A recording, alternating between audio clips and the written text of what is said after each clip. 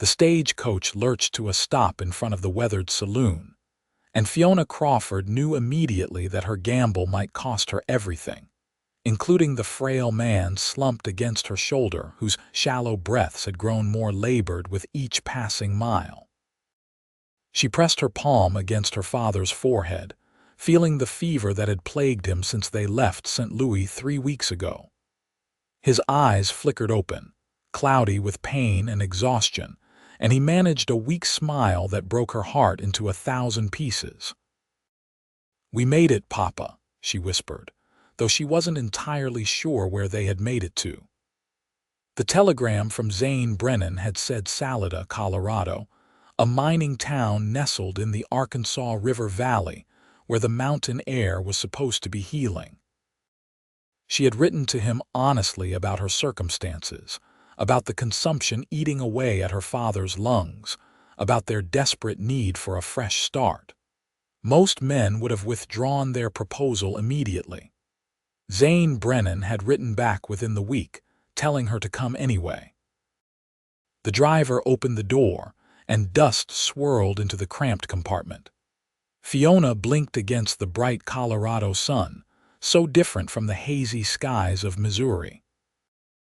The town stretched before her, a collection of wooden buildings that seemed to lean into each other for support, their paint faded by altitude and weather.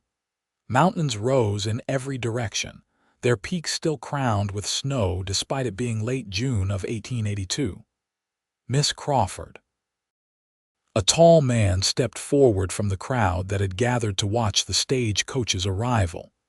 He removed his hat, revealing dark hair that curled slightly at his collar and eyes the color of pine needles.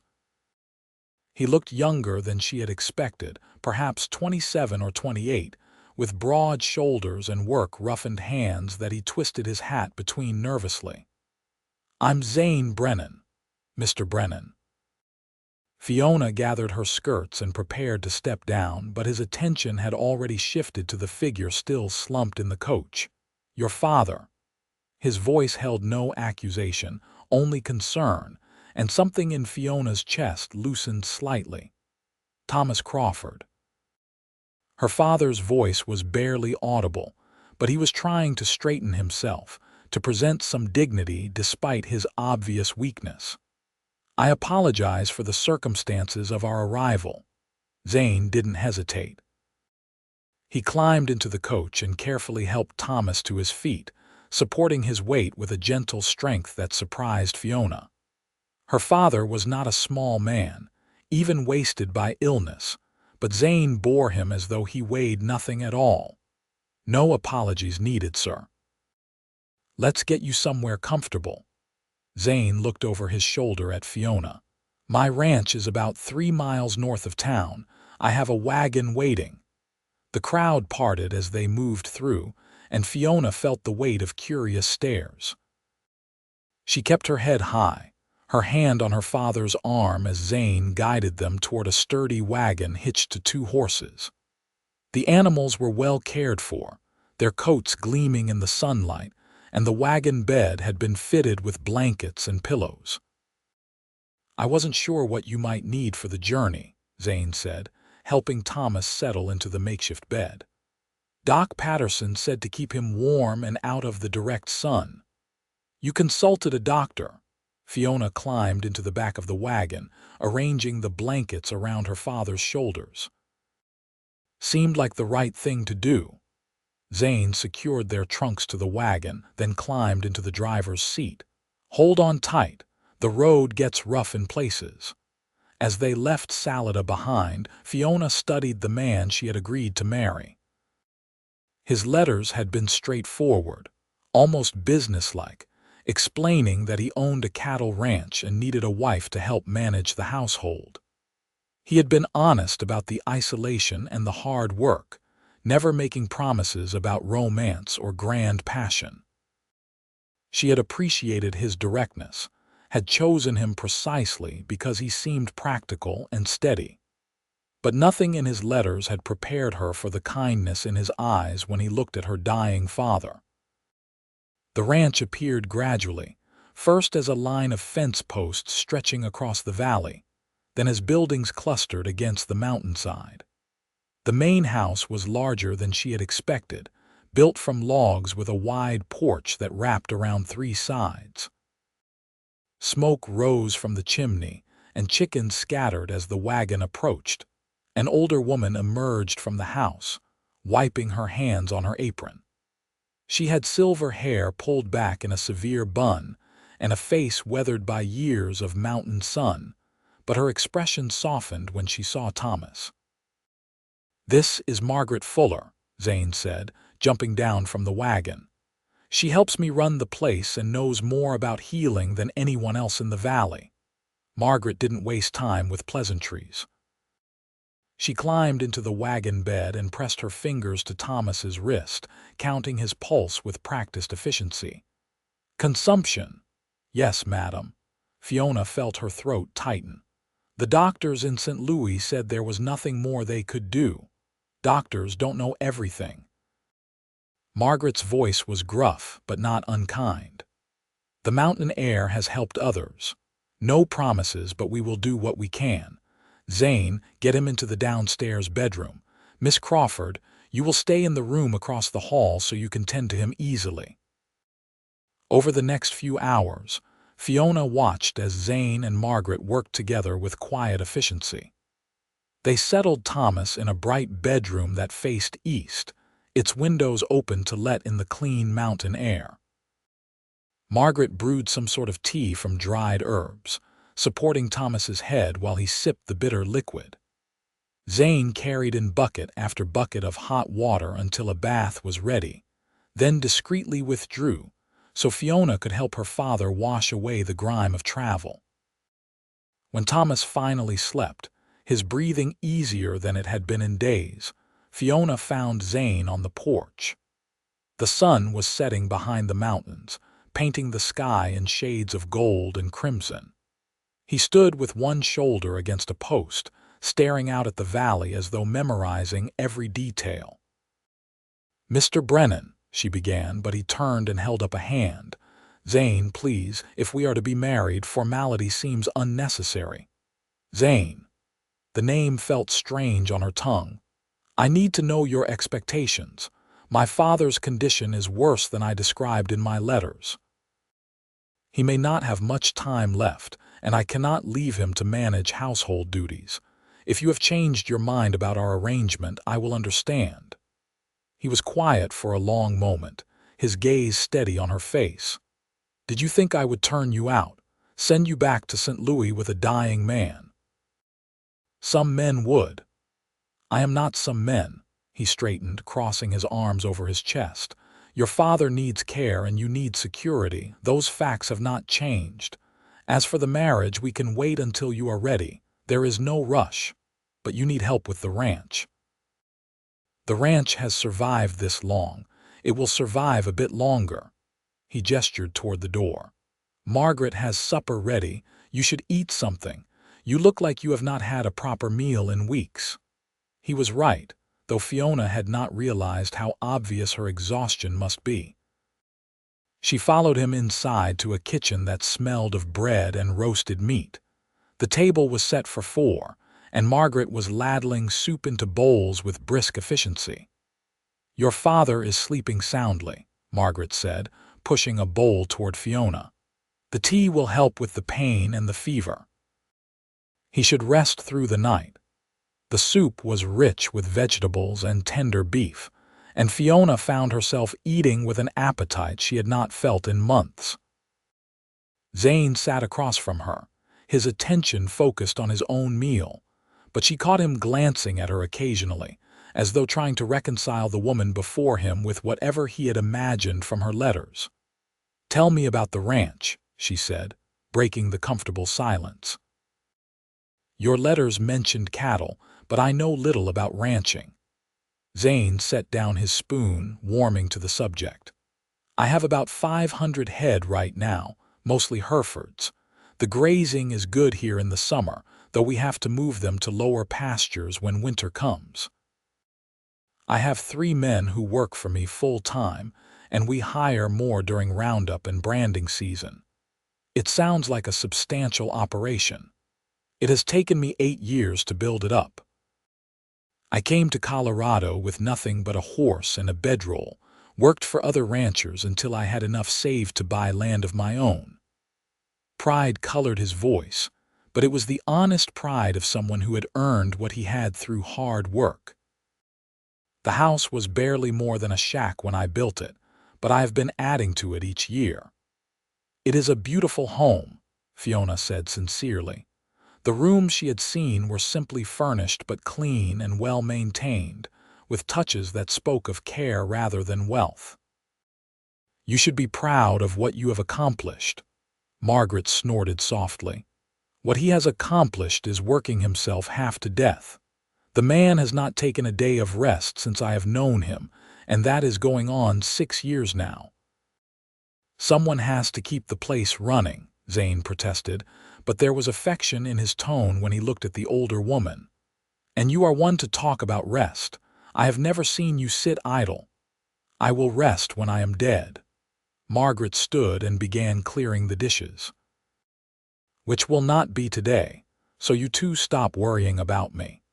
Miss Crawford, once you finish eating, you should check on your father and then get some sleep yourself. Zane, those fences in the south pasture will still need mending tomorrow. Fiona helped with the dishes despite Margaret's protests, finding comfort in the simple domestic task. Then she crept into her father's room, relieved to find him sleeping peacefully, his face more relaxed than she had seen it in weeks. She sat beside his bed for a while, holding his hand and listening to the unfamiliar sounds of the ranch settling into night. When she finally made her way to her own room, she found a nightgown laid out on the bed, freshly laundered and smelling of lavender. A pitcher of water and a basin sat on the dresser, and someone had turned down the quilts. The simple kindness of these gestures brought tears to her eyes, the first she had allowed herself to shed since leaving St. Louis. She changed and crawled into bed, expecting to lie awake as she had so many nights during their journey, listening for any change in her father's breathing. But the mountain air and the exhaustion of travel pulled her down into sleep almost immediately, and she dreamed of nothing at all. Morning came with birdsong and the smell of coffee. Fiona woke disoriented, sunlight streaming through unfamiliar windows before memory returned. She dressed quickly and went to check on her father, finding him awake and looking marginally stronger. "This place agrees with you already," she said, pressing a kiss to his forehead. His fever had broken during the night, and though he was still weak, his eyes were clearer. "The air is different here," Thomas said. His voice was rough but audible. "I can breathe easier than I have in months. That woman, Margaret, she brought me more of her tea at dawn. Tastes like tree bark, but I do feel better." Margaret appeared in the doorway carrying a tray. "Tree bark is in it, among other things. My grandmother was Cherokee, and she taught me about plants before she died. Modern doctors put too much faith in their chemicals and not enough in what the earth provides." She set the tray on the bedside table, revealing a bowl of porridge and more of the medicinal tea. "You will eat all of this, Mr. Crawford, and then you will rest some more. No arguments." Thomas actually smiled. "I would not dream of arguing with you, madam." After ensuring her father was settled, Fiona found Zane in the barn, brushing down one of the horses. He looked up when she entered, hay dust caught in his dark hair and sweat dampening his shirt despite the cool morning air. "Your father is better today," she said, leaning against the stall door. "I wanted to thank you for your hospitality, for not turning us away." Zane continued his long strokes along the horse's flank. "You keep thanking me as though I have done something extraordinary. I have simply done what any decent person would do. You would be surprised how few decent people there are in the world." He paused, looking at her over the horse's back.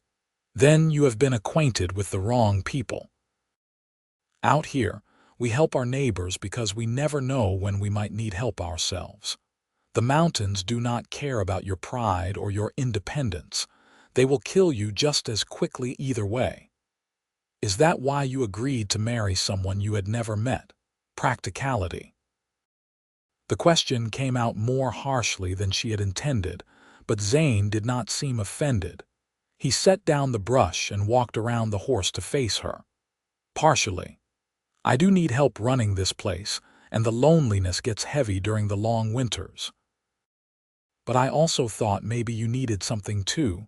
Your letters were honest about your circumstances, and I respected that. Figured we could help each other. A business arrangement. A partnership, he corrected gently. I have no illusions about love at first sight or grand romantic gestures.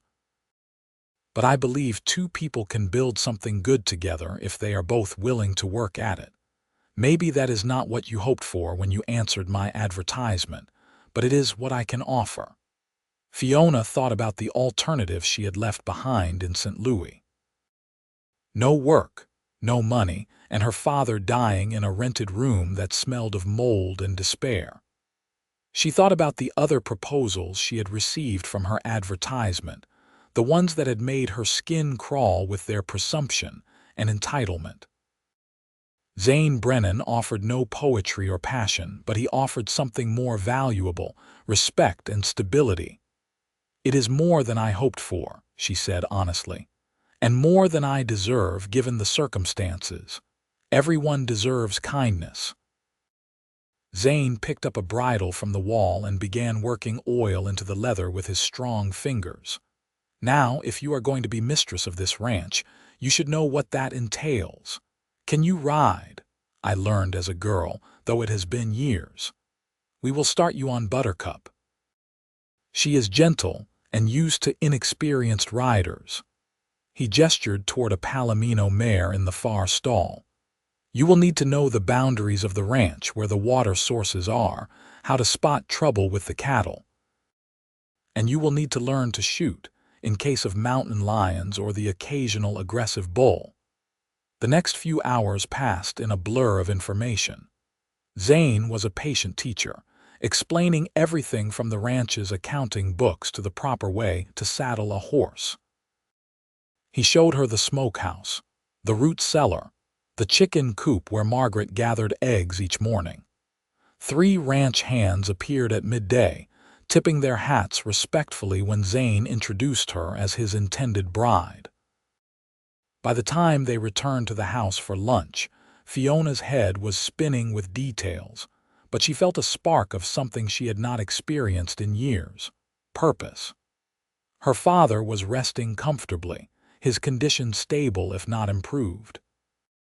Margaret had prepared a substantial meal of ham sandwiches and pickled vegetables, and Zane treated her not as a burden or an obligation, but as someone whose presence mattered.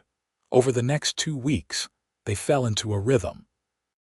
Fiona divided her time between learning the ranch operations and tending to her father, who seemed to grow marginally stronger each day. The mountain air and Margaret's remedies were working what seemed like a small miracle. Thomas was able to sit up for longer periods, could eat solid food, and even managed short walks around the porch with Fiona supporting his arm.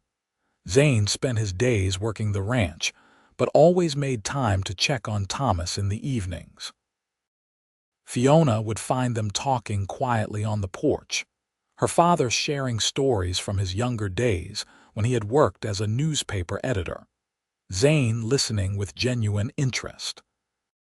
He brought Thomas books from his small library, and once rode into town specifically to buy a better pillow after Thomas mentioned his neck was sore. It was these small gestures that began to chip away at Fiona's carefully constructed walls. She had come to Colorado expecting a business arrangement with a stranger, prepared to fulfill her duties as a wife without any emotional entanglement. But Zane made it impossible to remain detached. He was unfailingly kind, not just to her, but to everyone he encountered. He treated his ranch hands with respect, paid them fair wages, and knew details about their families. He deferred to Margaret's expertise in household matters without any male posturing. And with Thomas, he showed a gentleness that made Fiona's heart ache. One evening, about 3 weeks after their arrival, Fiona found Zane in the barn again. The sun was setting, casting long shadows across the hay-strewn floor, and he was repairing a broken harness with careful attention. "You should be resting," she said, echoing Margaret's frequent complaint. "You work from dawn until well past dark. So do you." He glanced up with a slight smile. "I have seen you scrubbing floors at midnight and baking bread before sunrise. Margaret says you are trying to do everything at once. I need to earn my place here." Zane set down the leather and turned to face her fully. "Your place was earned the moment you agreed to come. You do not have to prove yourself, Fiona." It was the first time he had used her given name, and the intimacy of it sent warmth through her chest. "I am not accustomed to depending on others," she admitted. "My mother died when I was 16, and I have been taking care of my father ever since. Even when he was healthy and working, I managed the household accounts, made sure the bills were paid. The idea of simply accepting your generosity without contributing feels wrong. Then contribute because you want to, not because you think you owe me something." He stood and walked closer, stopping just within arm's reach. "I like having you here, Fiona. I like hearing your voice in the kitchen in the morning and seeing your suggestions for improving the ranch. I like the way you have befriended Margaret and made the ranch hands feel welcome with your cooking. You have already made this place feel more like a home than it ever has before. Zane." His name caught in her throat. "I know we agreed this would be a practical arrangement, but I find myself hoping for more. When you are ready, if you are ready, I would like to court you properly, to see if we might build something beyond partnership." She looked up at him, this man who had shown her more kindness than she had thought possible in the world. His eyes were honest, hopeful but not presumptuous. He was not demanding or even expecting anything from her, simply offering a possibility. "I would like that," she said softly. His smile transformed his face, making him look younger and happier than she had yet seen him. "Good. Then tomorrow evening, if your father is doing well, perhaps you would join me for a ride. There is a meadow about a mile north that is particularly beautiful at sunset." "I would enjoy that very much." They stood there in the fading light, not touching but close enough that Fiona could feel the warmth radiating from him, smell the clean scent of hay and leather that clung to his clothes. It would be so easy to close the distance between them, to let herself lean into his strength. But something held her back, some last vestige of fear that this was too good to last. As if reading her thoughts, Zane stepped back and picked up the harness again. "I should finish this before full dark." "Sleep well, Fiona." "You too, Zane." She walked back to the house feeling lighter than she had in months. Her father was waiting on the porch, wrapped in blankets despite the warm evening. He had gained a little weight, and there was color in his cheeks that had been absent for so long. "You look happy," Thomas observed as she sat beside him. "I am," she realized with some surprise. "I think I actually am. He is a good man, your cowboy, better than I had any right to hope for when you told me about the mail order arrangement." Her father reached over and took her hand. "I was so afraid I had ruined your chances for happiness by getting sick, that you would sacrifice your whole life taking care of me. Papa, do not talk like that. No, let me say this while I can." His grip tightened slightly. "I know I am better than I was, but we both know the consumption is not cured. I have weeks, maybe months if the mountain air continues to help. But when I die, I need to know you will be taken care of, that you will have someone who values you the way Zane clearly does." Tears blurred Fiona's vision. "I cannot think about losing you. You do not have to think about it right now. Right now, you can think about that ride tomorrow and about the life you are building here. That is what will give me peace, Fiona. Knowing you are happy and settled with a man who treats you well." They sat together in comfortable silence as stars began to emerge in the darkening sky. The mountains were dark shapes against the horizon, and somewhere in the distance, a coyote howled. Fiona thought about her life in St. Louis, how small and constrained it had felt, how each day had been a struggle just to survive. Here, despite the hard work and the uncertainty about her father's health, she felt something she had not experienced in years: hope. The next evening, true to his word, Zane saddled 2 horses and helped Fiona mount the gentle Palomino. Thomas was having a good day and insisted they go, shooing them away with Margaret's full approval. They rode north across land that seemed to stretch endlessly, the grass golden in the evening light, wildflowers dotting the landscape in splashes of purple and yellow. Zane led them to a meadow surrounded by aspen trees, their white bark glowing like ghosts in the gathering dusk. A small stream ran through the center, its water clear and cold from mountain snowmelt. He helped her dismount and spread a blanket on the grass, then produced a basket from his saddlebag. "Margaret packed us some supper," he explained, pulling out cold chicken, fresh bread, and a jar of preserved peaches. "She said if I was going to court you properly, I should at least feed you well." Fiona laughed, the sound surprising her with its genuine joy. Margaret is full of wisdom. They ate and talked as the sun painted the sky in impossible colors. Zane told her about his childhood in Kansas, how his parents had died of cholera when he was 14, leaving him and his younger sister orphans. His sister had been taken in by their aunt, but Zane had been old enough to strike out on his own, working his way west through sheer determination and backbreaking labor. "Where is your sister now?" Fiona asked. "Still in Kansas, married to a banker with 3 children. We write occasionally, though the distance makes visits difficult." A shadow crossed his face. "She wanted me to stay to work in her husband's bank, but I could not imagine spending my life behind a desk. I needed open sky and room to breathe." "I understand that feeling now," Fiona said. "In St. Louis, everything felt so cramped and dark. Here it is like the world has expanded. What about you? Any siblings?" "No, just me and my father. My mother had 3 other pregnancies, but none of the babies survived past infancy. She always said I was her miracle." Fiona plucked at the grass beside the blanket. "My father never remarried after she died. He said he could never love anyone the way he loved her." "That must have been difficult for you, losing your mother so young." "It was, but it also showed me what real love looks like. The way my father still talks about her, even after all these years, with such tenderness and longing. That is what I always hope to find someday." Zane was quiet for a moment, his gaze on the mountains. "I cannot promise you a grand romance like your parents had. I am just a rancher who works too hard and does not have much skill with pretty words. But I can promise you honesty and loyalty. I can promise that I will never take you for granted or treat you as less than my partner in everything.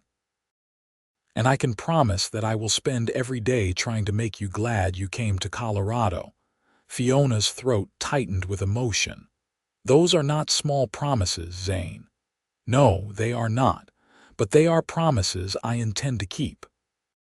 He reached out and took her hand, his calloused fingers warm and strong around hers.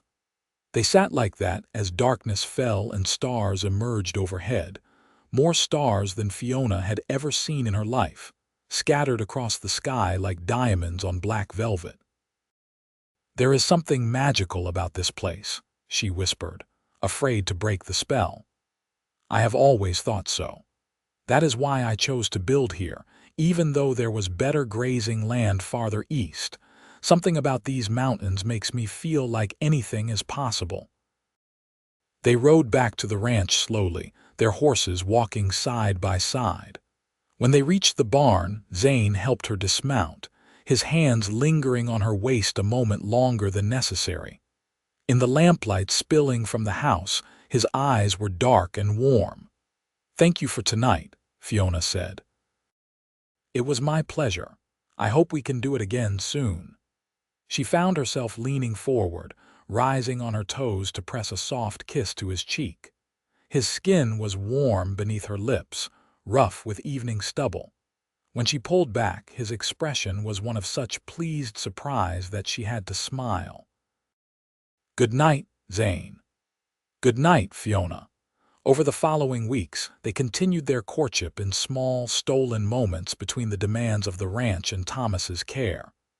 Zane would find excuses to work near the house so they could talk while she hung laundry or tended the vegetable garden. They shared quiet breakfasts before the ranch hands arrived, discussing plans for expanding the herd or improving the irrigation system. He taught her to shoot, standing behind her with his arms around hers to steady her aim, and she taught him to make his mother's recipe for apple pie, their hands brushing in the flour. Thomas watched their growing affection with obvious satisfaction. His health had stabilized, though he remained weak and prone to coughing fits. Margaret's remedies kept the worst symptoms at bay, but they all knew it was a temporary reprieve, not a cure. Still, Thomas was content, spending his days reading on the porch or talking with whoever stopped by to visit. The ranch hands had taken a liking to the gentle older man, and they would often pause in their work to share a story or ask his advice. Thomas, who had spent his career writing about other people's lives, seemed to relish these simple human connections. He would tell Fiona each evening about his day, about the young cowboy who asked for help writing a letter to his sweetheart, or the older hand who sought counsel about his troubled son. "I am useful here," Thomas said one night, his voice filled with wonder. "For the first time in years, I feel like I have a purpose beyond simply surviving until tomorrow." "You have always had purpose, Papa." "No, I have had existence. There is a difference, but here in this place with these good people, I feel alive again. Even dying, I feel more alive than I have in years." August arrived with wildfire smoke drifting down from the north, turning the sunsets even more spectacular. Fiona's courtship with Zane had progressed to the point where they held hands openly and stole kisses in the barn when they thought no one was looking. Margaret pretended not to notice, but Fiona caught her smiling more than once. On the first Saturday in August, Zane took Fiona into Salida for supplies. The town was busier than it had been when she first arrived, miners and ranchers conducting business before the afternoon heat grew too oppressive. Zane introduced her to the various shopkeepers, his pride obvious when he called her his intended bride. At the general store, while Zane was loading sacks of flour and sugar into the wagon, the proprietor's wife pulled Fiona aside. "I am glad Zane found someone," the woman said warmly. "He has been alone too long, that one. Works himself to the bone and never thinks about his own happiness." "He seems happy now," Fiona ventured. "Oh, he is transformed. Everyone can see it. He walks taller, smiles more. That is the effect of a good woman's love." She pressed a small package into Fiona's hands. "A wedding gift for when you finally make it official.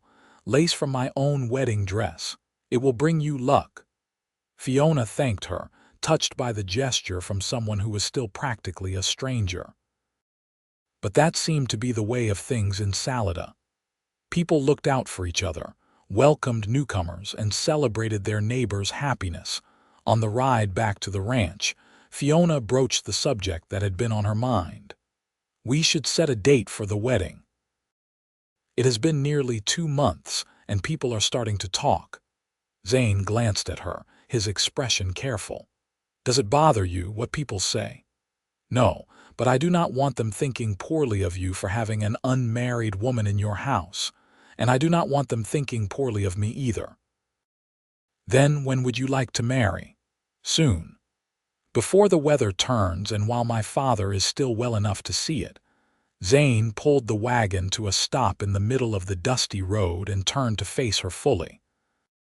Fiona Crawford, I know this started as a practical arrangement, but I need you to know that my feelings have changed.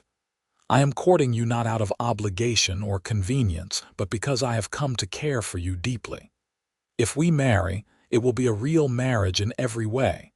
Is that what you want? Her heart pounded in her chest. Over the past weeks, she had found herself thinking about Zane constantly, noticing the way his eyes crinkled when he smiled, the gentle patience he showed with the animals, the quiet strength in everything he did. Somewhere along the way, gratitude and respect had transformed into something much deeper. Yes, she said firmly, that is what I want. His smile was brighter than the Colorado sun. He reached into his pocket and pulled out a small box, opening it to reveal a simple gold band. I bought this in town today, hoping you would say yes. It is not fancy, but it is solid and will last. It is perfect. Tears stung her eyes as he slipped the ring onto her finger. It fit perfectly, as though it had been made for her. He leaned across the wagon seat and kissed her, softly at first, then with growing passion. Fiona kissed him back, pouring all her hope and affection into that moment. When they finally broke apart, both were breathing hard and grinning like fools. 2 weeks, Zane said. That gives us time to arrange everything properly. We will marry in town at the church, and Margaret will help you prepare. They announced their plans to Thomas and Margaret that evening. Thomas was overjoyed, tears streaming down his weathered face as he embraced first Fiona and then Zane. This is all I wanted, he said, his voice thick with emotion. To see my daughter settled with a good man before I go. You have given me that gift, Zane Brennan, and I am eternally grateful. You have given me a gift as well, sir. You have entrusted me with the most precious thing in your life. I swear I will never betray that trust. The 2 weeks passed in a flurry of activity. Margaret threw herself into wedding preparations with unexpected enthusiasm, enlisting the ranch hands' wives to help sew Fiona a proper wedding dress from ivory silk Zane bought in town. The women gathered at the ranch several times, filling the house with chatter and laughter as they worked. Fiona found herself welcomed into a community she had not known existed. These ranch wives understood the isolation and hardship of frontier life, and they had formed bonds of mutual support that sustained them through difficult times. They shared advice about managing households, treating common ailments and maintaining marriages when resources were scarce and life was hard. Thomas's health remained stable, though he tired easily. He spent hours sitting with Fiona while she was fitted for her dress, telling stories about her childhood and her mother. He seemed determined to share every memory, as though creating a record she could carry forward after he was gone. Your mother would have loved this place, he said one afternoon. She always wanted adventure, wanted to see the mountains. I was too cautious, too focused on my career to take chances. I regret that now. You gave her a good life, Papa. She was happy. She was content, which is not quite the same thing. But you, my dear daughter, you are going to have both, a good life and an adventurous one. That gives me more peace than you can imagine.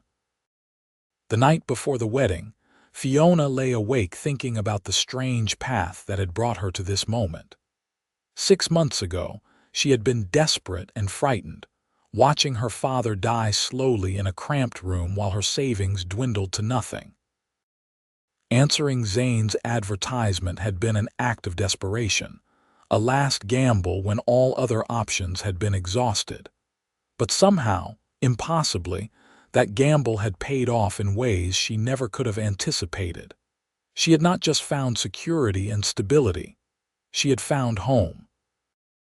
She had found purpose, and she had found love, real and deep and true. The morning of the wedding dawned clear and warm, the sky an endless blue vault overhead. Margaret helped Fiona dress, adjusting the silk gown until it fell perfectly, then pinning her hair up with careful attention. The other women arrived bearing wildflowers from the meadows, weaving them into a crown for Fiona's head. Thomas was having a good day, strong enough to walk with only a cane for support. He wore his best suit, pressed and brushed until it looked almost new, and his eyes were bright with happiness despite the dark circles of exhaustion beneath them. "You look beautiful," he whispered when he saw her, "just like your mother on our wedding day." The ride to town felt both endless and far too short. Zane had ridden ahead with the ranch hands, giving Fiona and Thomas time alone. They sat together in the wagon, Margaret handling the reins with expert ease, and watched the landscape roll by. "I am frightened," Fiona admitted. "Not of marrying Zane, but of everything changing. Change is the only constant in life, my dear, but you are strong enough to handle whatever comes. You always have been." Thomas took her hand. "Zane Brennan is a rare sort of man. He sees your strength and values it rather than being threatened by it. Hold on to that, and you will be fine." The church in Salida was a simple white building with a modest steeple, but someone had decorated it with more wildflowers and tied ribbons to the pews. It seemed the whole town had turned out for the wedding, filling the small space with friendly faces and genuine good wishes. Zane waited at the altar in a new suit, his dark hair combed back, his expression one of nervous anticipation. When he saw Fiona walking up the aisle on her father's arm, his face transformed with such pure joy that she felt tears well in her eyes. The ceremony was brief, but heartfelt. The minister spoke about the bonds of marriage, about partnership and commitment, about building a life together through good times and bad. When it came time for vows, Zane took both her hands in his and spoke clearly, his voice carrying through the church. "I promise to honor you, to respect you, and to treat you as my partner in all things. I promise to work hard to build a good life for us, but never to let that work come before your happiness. I promise to be faithful and true, today and all the days that follow." Fiona's voice shook slightly as she repeated her own vows, promising love and loyalty, promising to stand by his side through whatever challenges lay ahead. The ring Zane had given her 2 weeks ago was joined by a matching band on his finger, and when the minister pronounced them husband and wife, Zane's kiss was gentle but full of promise. The town hall had been transformed for the reception, tables laden with food that the community had contributed. There was music and dancing, and Thomas managed to stay for several hours, sitting in a place of honor and accepting congratulations from everyone who passed. Fiona danced with her father first, a slow waltz that he managed with quiet determination despite his failing strength. "Thank you, Papa," she whispered, "for bringing me into this world, for raising me, for everything." "Thank you for being the brightest light in my life," he responded. "Now go dance with your husband and start building your future." She danced with Zane next, and then with various ranch hands and townspeople who wanted to welcome her officially to the community. But she kept returning to Zane, drawn to him like a compass needle to north. His hand at her waist felt right, his smile meant for her alone made her heart race. As the sun began to set, Margaret quietly informed them that she had taken Thomas back to the ranch. He had been exhausted but happy, insisting they stay and enjoy the celebration. Zane and Fiona left shortly after, riding back to the ranch under a sky ablaze with color. The house was quiet when they arrived, Margaret having tactfully made herself scarce. Thomas was sleeping soundly, his breathing even and peaceful. Fiona checked on him once more, pressing a kiss to his forehead, before joining Zane in the room that was now theirs together. He had lit candles throughout the space, their warm light softening the rustic furnishings. He stood by the window looking uncertain, this man who had faced down stampeding cattle and mountain storms without flinching. "I have never done this before," he admitted. "Been married, I mean."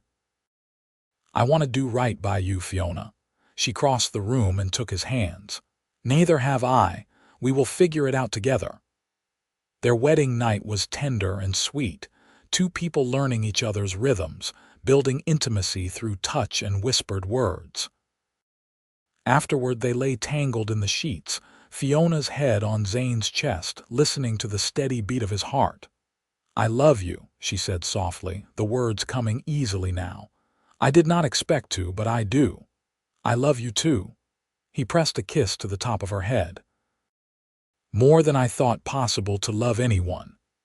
They fell asleep like that, wrapped in each other and in contentment, while the Colorado night settled peacefully around them.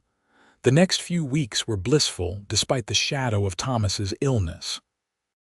Fiona settled fully into her role as Zane's wife and partner, working alongside him to manage the ranch.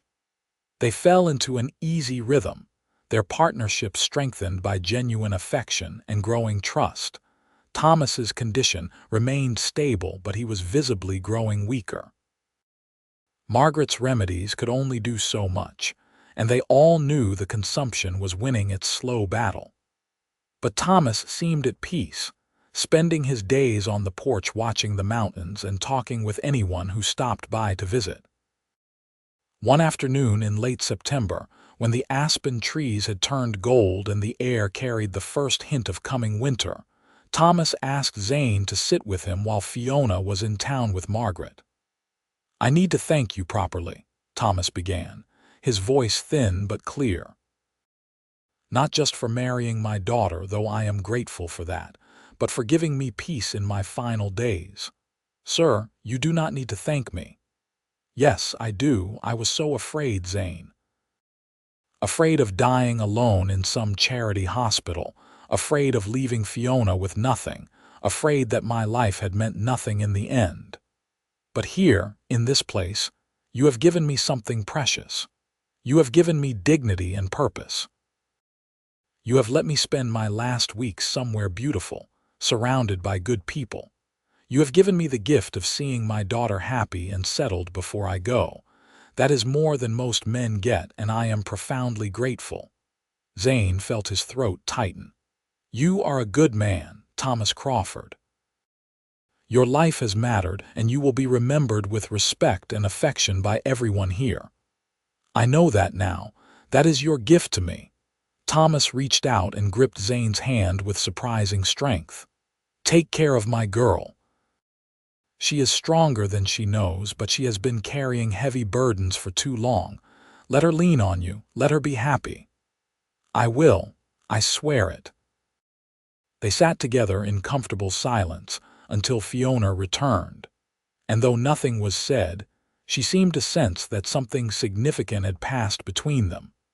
2 weeks later, on a crisp October morning when frost painted the grass silver, Thomas Crawford passed away peacefully in his sleep. Margaret found him when she brought his morning tea, still lying peacefully beneath the quilts, his face relaxed and free of pain.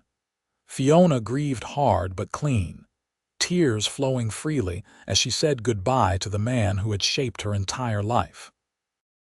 Zane held her through the worst of it, offering his strength without trying to diminish her pain. The entire community turned out for the funeral, testament to the impact Thomas had made during his brief time in Salida. They buried him in the small cemetery on a hillside overlooking the valley, with the mountains standing eternal watch in the distance. The minister spoke about Thomas's kindness and wisdom, about the way he had touched lives even in his illness. Several of the ranch hands shared stories, their voices thick with emotion. Fiona stood between Zane and Margaret, drawing strength from both as she said her final goodbye to her father. When it was over and the last shovel of earth had been placed, Zane guided her back to the wagon gently. "He was ready," Fiona said through her tears. "I know he was ready, but I still miss him so much." "You always will," Zane said, wrapping his arm around her shoulders. "That is the price of love, but he left you knowing you were safe and happy. That matters." In the days and weeks that followed, Fiona found herself grateful for the demanding work of ranch life. There was always something that needed doing, some task that required her full attention, leaving little time to sink into grief. Zane was patient and understanding, giving her space when she needed it and comfort when she sought it out. The first snow came in early November, blanketing the ranch in pristine white. Fiona stood on the porch watching the fat flakes fall, remembering how her father had marveled at the mountains. She felt his absence like a physical ache, but beneath the grief was a foundation of gratitude. Zane had given her father peace in his final days, had treated him with dignity and respect when he easily could have been seen as a burden. "Come inside," Zane called from the doorway. "Margaret made hot chocolate, and she will be insulted if you let it get cold." Fiona smiled despite her sadness and went inside to the warmth of the kitchen. Margaret pressed a mug into her hands and then tactfully retreated, leaving Fiona and Zane alone. "Thank you," Fiona said, not for the first time, "for everything you did for my father, for the peace you gave him. He deserved peace. He deserved to spend his final days somewhere beautiful with people who cared about him." Zane pulled her close, and she leaned into his warmth. "And you deserve happiness, Fiona. Your father wanted that for you more than anything." "I am happy," she realized with some surprise. "Even grieving, I am happy. Is that wrong?" "No. It means you are living the life he wanted for you. That is the best tribute you can give him." Winter settled in with serious intent, and the ranch work shifted to maintaining the animals and buildings through the cold months. Fiona spent more time indoors, working alongside Margaret to prepare meals for the ranch hands, mending clothes and managing the household accounts. But she also spent time with Zane, long evenings by the fire where they talked about everything and nothing, building the kind of intimacy that came from truly knowing another person.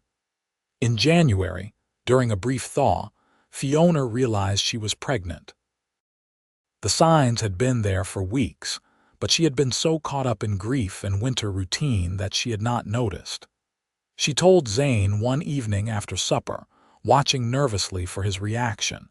His face lit up with such pure joy that all her anxiety melted away. "Truly. We are going to have a child." "Yes. Probably sometime in late July or early August." He swept her into his arms, lifting her off her feet and spinning her around despite her laughing protests.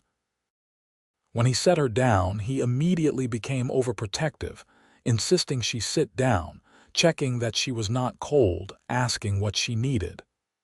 "I need you to stop fussing," she said with affectionate exasperation. "I am pregnant, not made of glass. Women have been doing this since the beginning of time." "Not my women," he said firmly. "You are precious, Fiona, and I will not take any chances with your health." Margaret was equally delighted by the news, immediately beginning to knit tiny clothes and offering advice about pregnancy and childbirth. The ranch hands congratulated Zane with genuine happiness, and the news seemed to lift everyone's spirits during the long winter months. Fiona found herself talking to her father sometimes, telling him about the baby he would never meet, sharing her hopes and fears. She felt his presence in the ranch that had been his home for such a short time, in the room where he had died peacefully, in the mountains he had loved. His death had been sad but also right somehow, a natural ending to a life well lived. Spring came with rushing snowmelt and wildflowers exploding across the meadows. Fiona's pregnancy progressed smoothly, though she struggled with the heat as summer approached. Zane was attentive without being suffocating, finding ways to ease her discomfort while still respecting her independence. In late July, during a thunderstorm that shook the house, Fiona went into labor. Margaret took charge with brisk efficiency, sending Zane to boil water and fetch clean linens while she coached Fiona through the contractions. The labor was long and difficult, but when dawn broke, a strong, healthy baby boy entered the world, his lungs announcing his arrival with impressive volume. "He has your determination," Zane said in wonder, holding his son for the first time. Tears streamed unashamedly down his face as he looked at the tiny, perfect human they had created together. "And your strength." Fiona was exhausted but happier than she had ever been. "What should we name him?" "Thomas," Zane said immediately. "Thomas Brennan, after your father, if that is all right with you." Fresh tears spilled down Fiona's cheeks, but they were good tears. "It is perfect. Papa would have loved that." They settled into the rhythms of parenthood with the same partnership that characterized their marriage. Zane took to fatherhood naturally, patient with the baby's crying and eager to help, despite his inexperience. Margaret doted on young Thomas, and the ranch hands took turns visiting to see the newest member of the Brennan family. As little Thomas grew, Fiona would take him to visit his grandfather's grave, telling him stories about the man he had been named for. She wanted him to know about Thomas Crawford's kindness, his wisdom, and the way he had faced death with dignity and grace.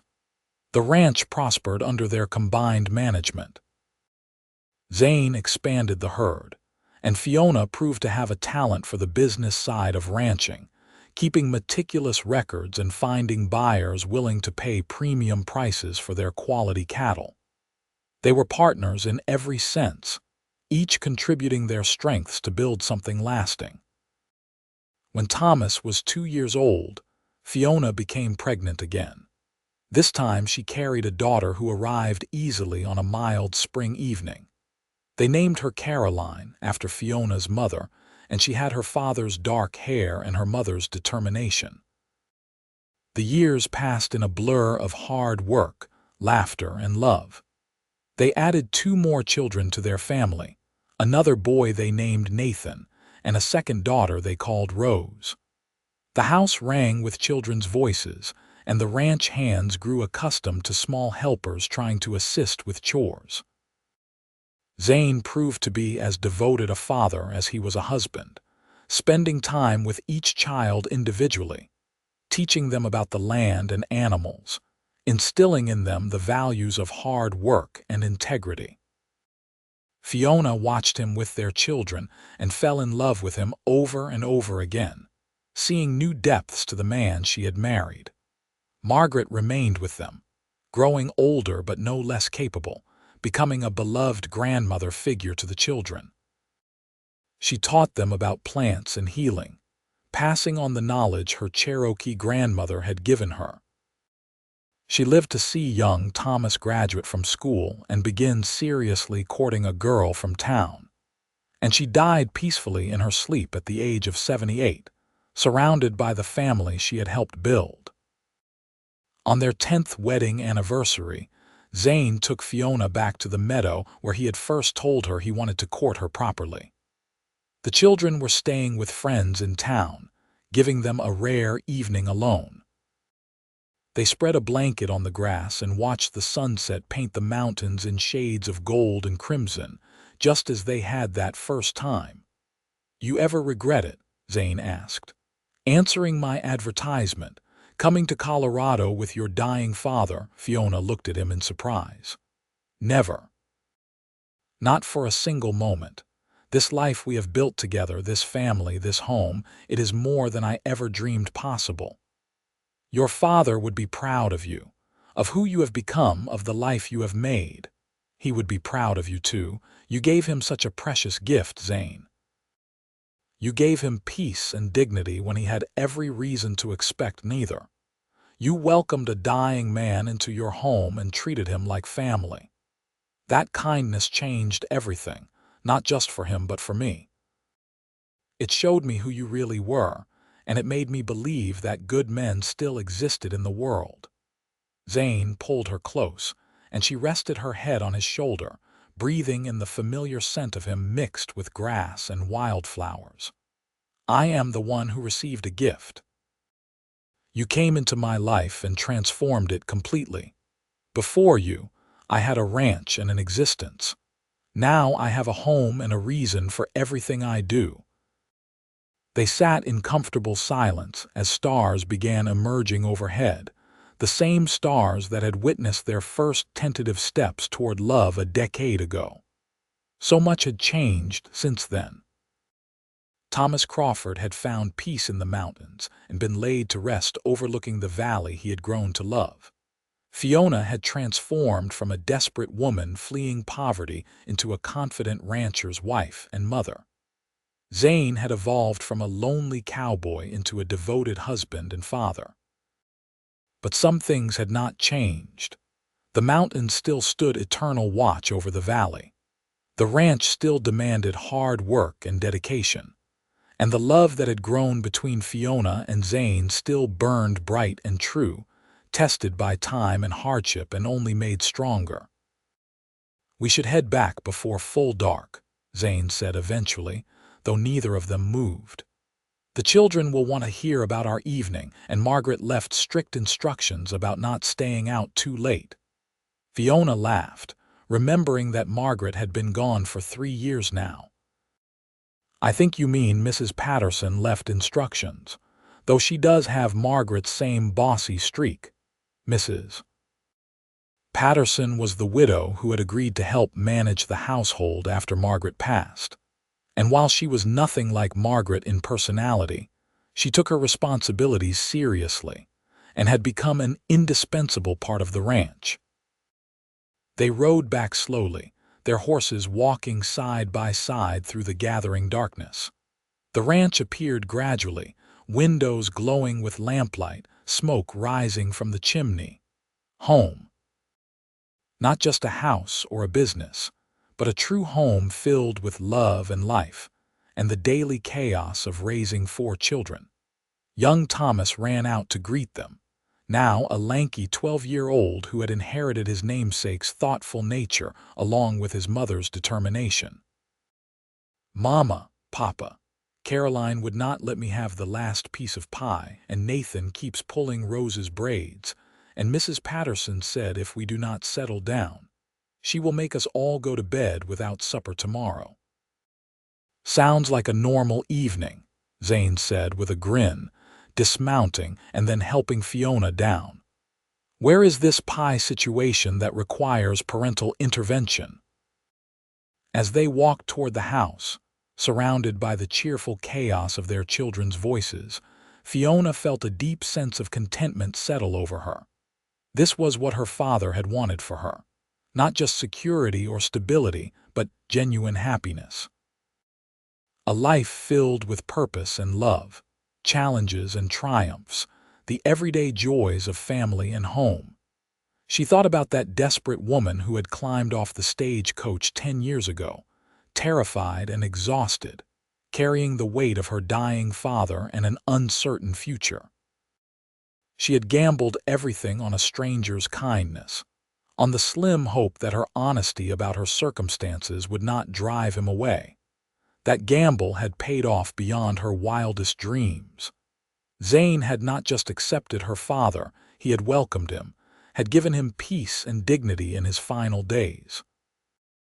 That kindness had been the foundation for everything that followed, the first indication of the good man Zane truly was. And from that foundation, they had built something beautiful. A marriage based on mutual respect and genuine affection. A family filled with love and laughter. A home that was more than just walls and roof, but a sanctuary where everyone was valued and safe. Over the years that followed, the Brennan Ranch continued to thrive. Young Thomas grew into a responsible young man who eventually took over much of the daily management, allowing Zane and Fiona to slow down slightly as they aged.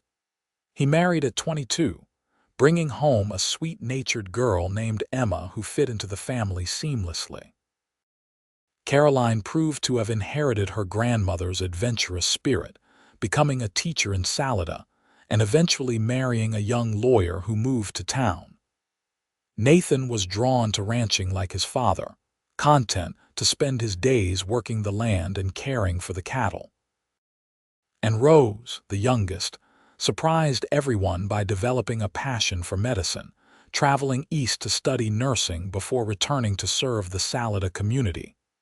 Fiona and Zane grew old together, their love deepening with each passing year.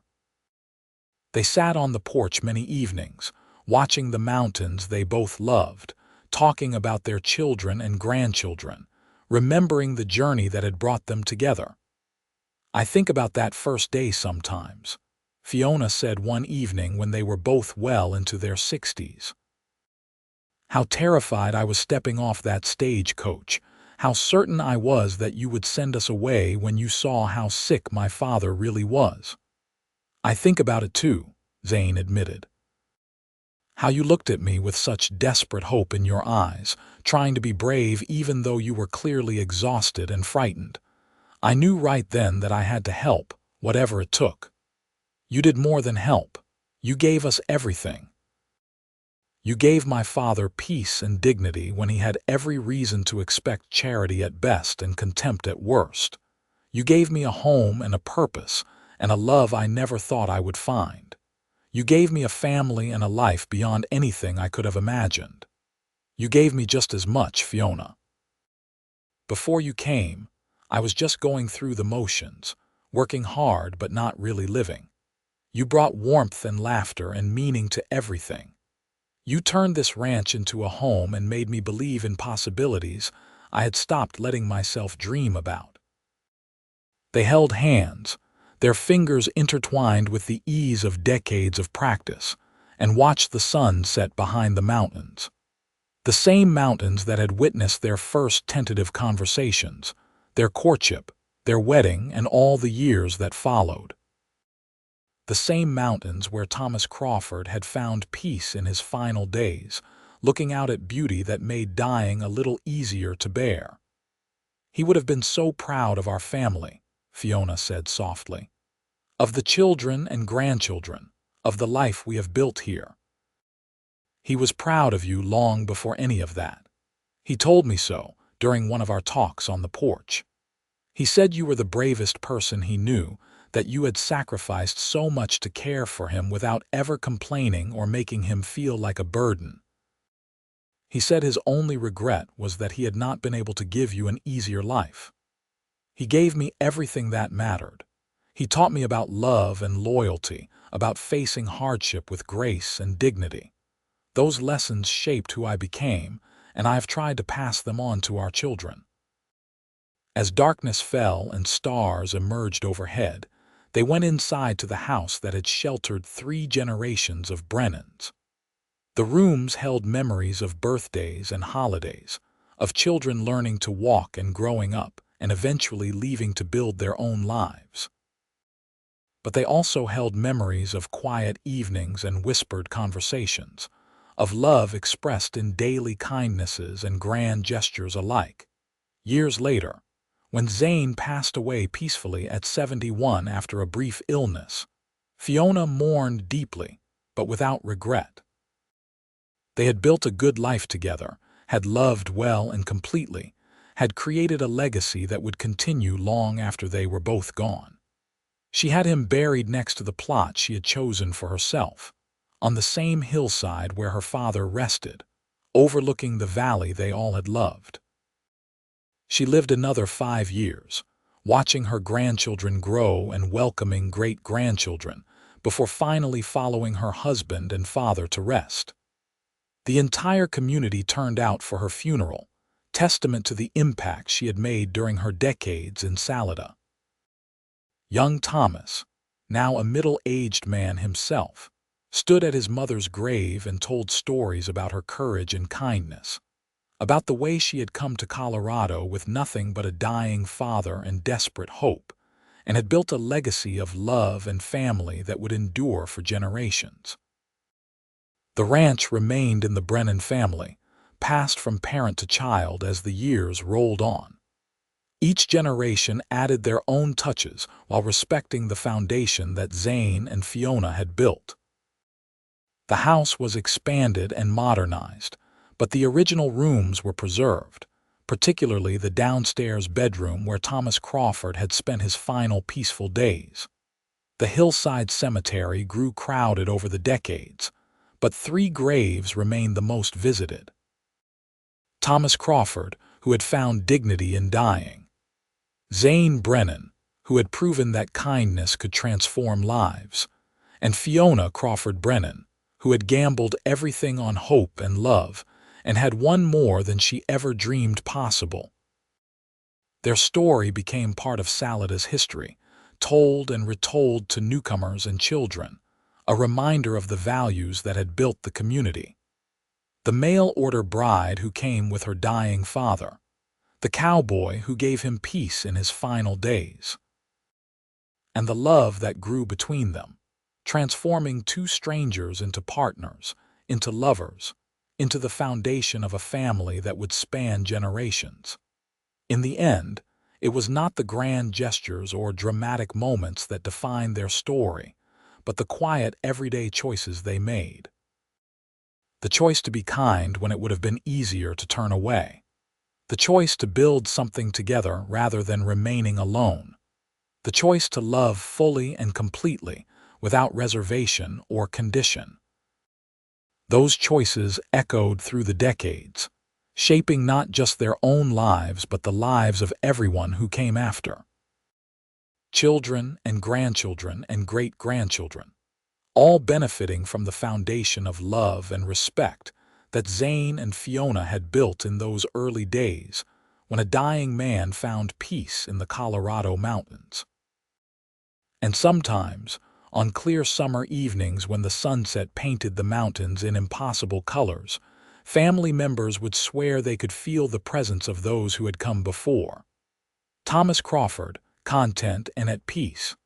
Zane Brennan, strong and steadfast. And Fiona Crawford Brennan, brave and loving, still watching over the family and the land she had fought so hard to build. The mountains stood eternal witness, as they always had, as they always would. And the story of the mail-order bride and the cowboy who loved her became part of the landscape itself, woven into the fabric of the valley as permanently as the peaks and valleys, the rivers and forests. A reminder that sometimes the greatest love stories begin with simple kindness, with the choice to help someone in need, and that the peace we give to others often returns to us multiplied beyond measure.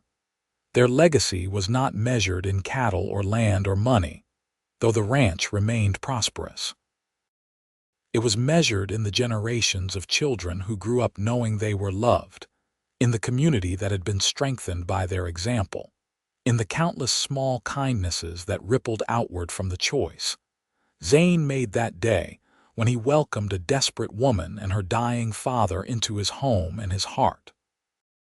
That was the true story, not just a tale of the Wild West or frontier romance, but a testament to the transformative power of compassion, the enduring strength of partnership, and the simple, profound truth that love, when freely given and gratefully received, can indeed conquer all.